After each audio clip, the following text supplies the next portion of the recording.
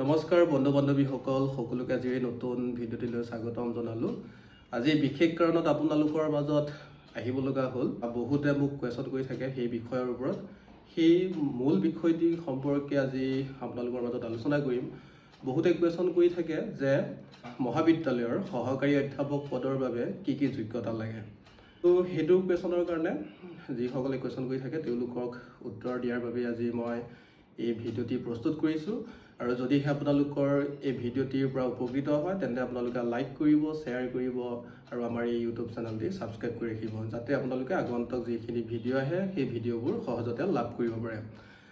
এতিয়া আহোঁ মূল বিষয়টি সম্পৰ্কে।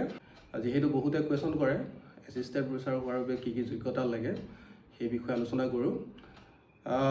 যিসকল ছাত্ৰ ছাত্ৰী হায়াৰ ছেকেণ্ডেৰী বা মেট্ৰিক পৰীক্ষাত অৱতীৰ্ণ হৈছে বা মেট্ৰিক পৰীক্ষা দি আছে, যিসকলে অধ্যয়ন কৰি আছে ডিগ্ৰী হওক বা মাষ্টাৰ ডিগ্ৰী হওক, তেওঁলোকৰ কাৰণে আজিৰ এই ভিডিঅ'টি বিশেষভাৱে গুৰুত্বপূৰ্ণ। কিয়নো তেওঁলোকে আজিৰ এই ভিডিঅ'টি চাই পেলাই তেওঁলোকে নিজকে এছিষ্টেণ্ট প্ৰফেচাৰ পদৰ বাবে তেওঁলোকে নিজকে প্ৰতিষ্ঠা কৰিব পাৰে। গতিকে এই ভিডিঅ'টি তোমালোকৰ কাৰণে বহুত গুৰুত্বপূৰ্ণ। প্ৰথমতে ক'ব বিচাৰিছোঁ, বৰ্তমান যিটো গাইডলাইন চলি আছে সেই গাইডলাইন মতেই তোমালোকৰ আগত মই কথাখিনি ব্যক্ত কৰিম। যি কলেজৰ এছিষ্টেণ্ট প্ৰফেচাৰ পদৰ যিবোৰ পদ ওলায় সেই পদবোৰত আচলতে মেট্ৰিকৰ মাৰ্কছৰ পৰা ধৰি ডিগ্ৰী মাৰ্কছলৈকে, ডিগ্ৰী, মাষ্টাৰ ডিগ্ৰী, লগতে MPhil, PhD, সেই গোটেইখিনি মাৰ্কছ কেলকুলেশ্যন কৰি পেলাই এজন এছিষ্টেণ্ট প্ৰফেচাৰ নিয়োগ কৰা হয়। মেট্ৰিকৰ পৰা আহে 10 নম্বৰ নে কিমান নম্বৰ, এতিয়া মই পাহৰিছোঁ, যিহেতু মোৰ চাকৰি কৰা অলৰেডি 3 বছৰ হৈছে, গতিকে গাইডলাইনটো অলপমান পাহৰিছোঁ। তাৰপিছতে আহে হায়াৰ ছেকেণ্ডেৰীৰ পৰা 14 নে কিমান আহে, লগতে ডিগ্ৰীৰ পৰা আহে 25 নম্বৰ আৰু মাষ্টাৰ ডিগ্ৰীৰ পৰা আহে 30 নম্বৰ। লগতে যিসকলৰ MPhil থাকে তেওঁলোকৰ কাৰণে 2 নম্বৰ, আৰু যিসকল PhD ডিগ্ৰীত উত্তীৰ্ণ হৈছে, PhD ডিগ্ৰী লাভ কৰিছে, তেওঁলোকৰ কাৰণে থাকে 13 নম্বৰ। আৰু যিসকলৰ পাব্লিকেশ্যন থাকে ISBN থাকিলে তাৰ পৰাও এটা মাৰ্কছ আহে। তাৰপিছত যিসকলৰ ৰিচাৰ্চ জাৰ্নেল, য'ত মানে UGC care listed journal publish হয়, তাৰপিছত স্কপাছ পাব্লিছ হয়, সেই স্কপাছ বা জাৰ্নেলৰ পৰাও মাৰ্কছ আহে। আৰু যিসকলে কলেজত অধ্যাপনা কৰাৰ অভিজ্ঞতা আছে তেওঁলোকৰ কাৰণেও কিন্তু ইয়াতে মাৰ্কছ পোৱা যায়। গতিকে সেই গোটেইখিনি কেলকুলেশ্যন কৰাৰ পিছত মহাবিদ্যালয়ৰ এগৰাকী সহকাৰী অধ্যাপক বাছনি কৰা হয়।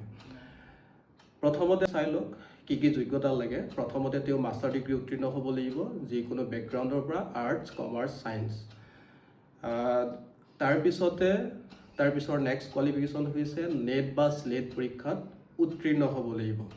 সেই যি নেট বা স্লেট পৰীক্ষা যেতিয়া মাষ্টাৰ ডিগ্ৰী পঢ়ি থকা হয় সেই সময়ৰ পৰাই সেই পৰীক্ষাত অৱতীৰ্ণ হ'ব পৰা যায়। গতিকে যিসকলে মাষ্টাৰ ডিগ্ৰী পঢ়ি আছে, ফাৰ্ষ্ট ছেম, ছেকেণ্ড ছেম, যিটো ছেমেই হওক, তোমালোকে যাতে সেই পৰীক্ষাত অৱতীৰ্ণ হোৱা।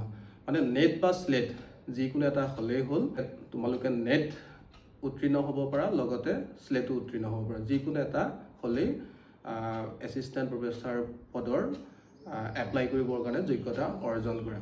গতিকে তোমালোকে মাষ্টাৰ ডিগ্ৰী যদি পঢ়ি আছা তেন্তে তোমালোকে নেট দিয়া, লগতে স্লেট দিয়া আৰু কোৱালিফাই কৰিবৰ কাৰণে চেষ্টা কৰা। আৰু সেই দুটা কোৱালিফিকেশ্যন, মাষ্টাৰ ডিগ্ৰী আৰু নেট বা স্লেট, সেই দুটা উত্তীৰ্ণ হ'লেই এছিষ্টেণ্ট প্ৰফেচাৰ পদৰ কাৰণে মানে এপ্লাই কৰিব পৰা যোগ্যতা অৰ্জন কৰিব পাৰি। গতিকে সেইখিনিয়ে মূল বিষয়, যে মেট্ৰিকৰ পৰাই মেট্ৰিকৰ marks, higher secondary, degree, master degree, MPhil, PhD, লগতে পাব্লিকেশ্যন, এক্সপিৰিয়েঞ্চ, এই গোটেইখিনি মিলাই পেলাই এজন এছিষ্টেণ্ট প্ৰফেচাৰ পদটো এজন এছিষ্টেণ্ট প্ৰফেচাৰ বাছনি কৰা হয়। লগতে যিটো ক'লোঁ যে এক্সপিৰিয়েঞ্চ, সেইটোৰ পৰা মাৰ্কছ থাকে। গতিকে সেইখিনি। আৰু যিটো কথা মই নক'লোঁ সেইটো হৈছে ইণ্টাৰভিউত মাৰ্কছ থাকে, তাতে 3 নম্বৰ থাকে, আৰু সেই গোটেইখিনি কেলকুলেশ্যন কৰি এজন এছিষ্টেণ্ট প্ৰফেচাৰ নিয়োগ কৰা হয়। এইখিনিয়ে। আৰু যদিহে তোমালোকে ভিডিঅ'টি চাই ভাল পাইছা তেন্তে লাইক কৰিবা, কমেণ্ট কৰিবা, শ্বেয়াৰ কৰিবা আৰু মোৰ এই ইউটিউব চেনেলটি ছাবস্ক্ৰাইব কৰি ৰাখিবা, কাৰণ মই আগন্তুক দিনত এনেকুৱা ধৰণৰ ভিডিঅ' তোমালোকৰ কাৰণে লৈ আহিম। ধন্যবাদ সকলোকে, সকলো ভালে থাকা। ঠিক আছে।